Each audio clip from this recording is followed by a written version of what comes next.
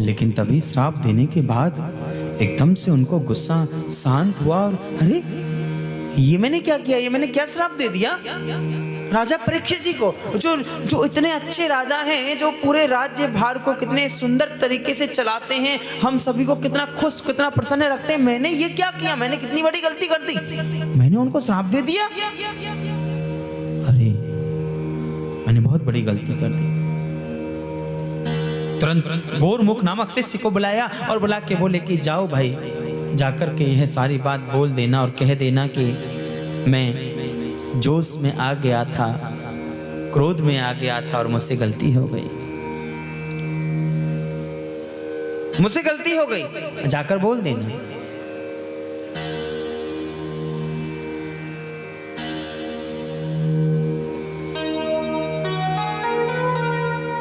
जो यह श्राप श्रृंगी ऋषि ने दिया था, समीक मुनि का जो स्थान था, पता है वह कौन सा था?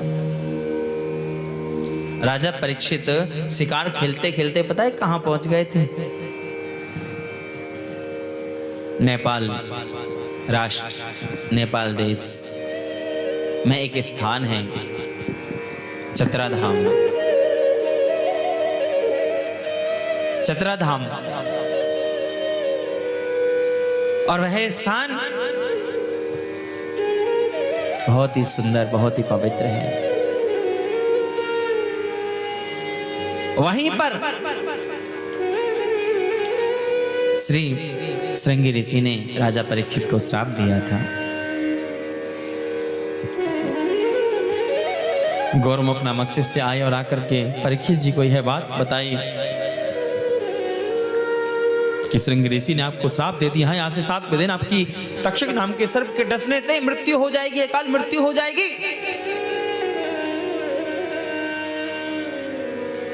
शिष्य चले गए गौरमुख।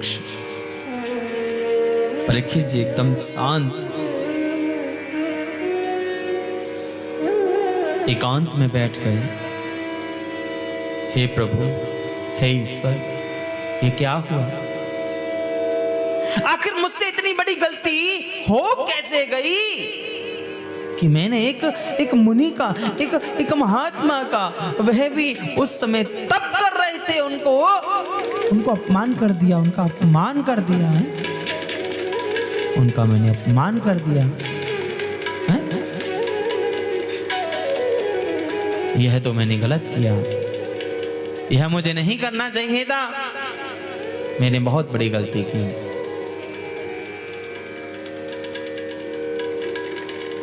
अब गलती का फल तो मुझे मिल गया, गलती का परिणाम तो मुझे मिल गया कि मुझे श्राप मिल गया।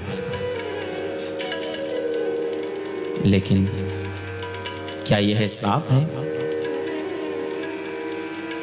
राजा परीक्षित ने इस बात को बहुत ही शांत रूप में आकर विचार किया।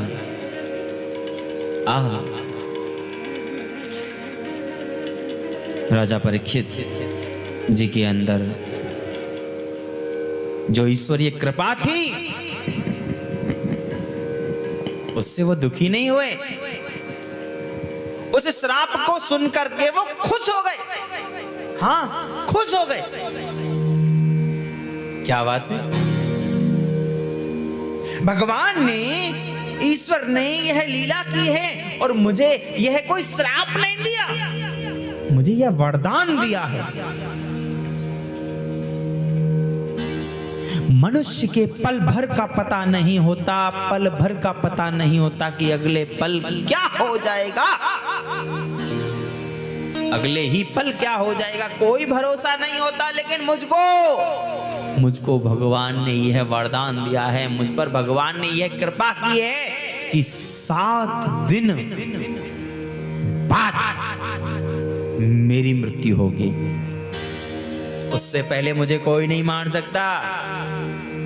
ये ईश्वर ने मेरे ऊपर कृपा की है, यह भगवान ने मेरे ऊपर कृपा की है कि दुख में तड़पो मती,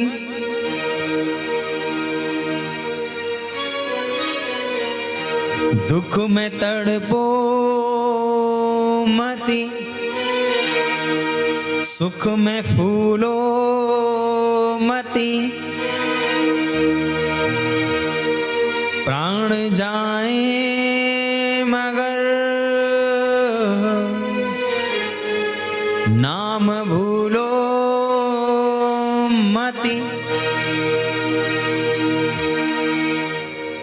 गिरवर प्यारे को दिल से रिझाते चलो, कृष्ण गोविंद गोपाल गाते चलो। कृष्ण गोविंद गोपाल गाते चलो। जब तुम्हारे जीवन में दुख आए, जब तुम्हारे जीवन में कष्ट आए, तो दुखी मत हो। अपने जीवन को ऐसा मत समझो अब क्या हो गया ना। ईश्वर ने हमें दुख दिया है हमारे जीवन में, कोई बात नहीं,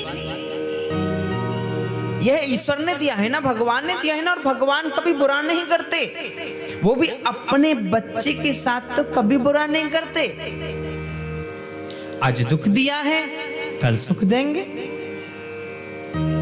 जब हमारे जीवन में दुख आता है तो हम रोते हैं, भगवान ये क्या कर दिया तुमने, और जब सुख आता है तब, जब सुख आता है तब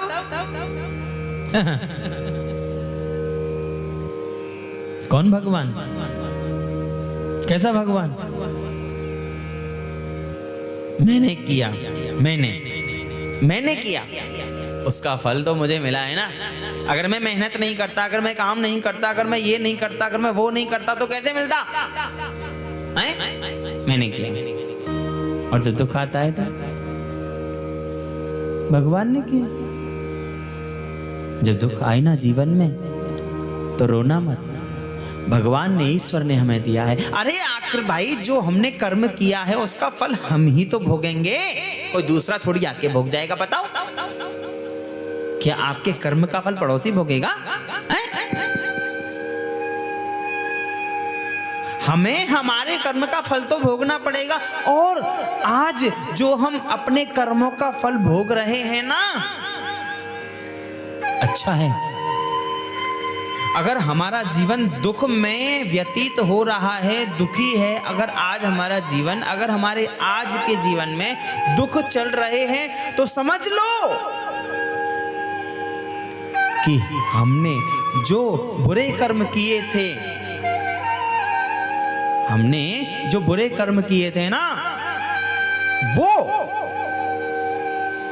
कट रहे हैं, वो कट रहे हैं। और जब वो कट जाएंगे तो हम जो अच्छे कर्म किए हुए होंगे, हमारे जो अच्छे कर्म होंगे, जो हमारे पुण्य कर्म होंगे, उनका फल हमें भोगना पड़ेगा। यानी हमारा जीवन सुख में हो जाएगा। इसलिए दुख आवे तो तड़पो मत, दुख आवे तो दुखी मत हो, दुख आवे तो उसे ईश्वर की कृपा, ईश्वर की मर्जी समझकर अपना लो, उसे प्यार से गले लगाओ। ठीक है प्रभु, आपकी मर्जी, आपने मेरे जीवन में मुझे दुख दिए, मुझे भरोसा है आज दुख है, कल सुख है, कल सुख है तो परसों दुख है। ठीक है, जैसी आपकी मर्जी, जैसी आपकी इच्छा प्रभु, कोई बात नहीं, कोई बात नहीं, कोई बात नहीं। यह समय नहीं था, आज आया है, और जैसे आज आया है ऐसे ही कल नहीं रहेगा। ठीक है प्रभु।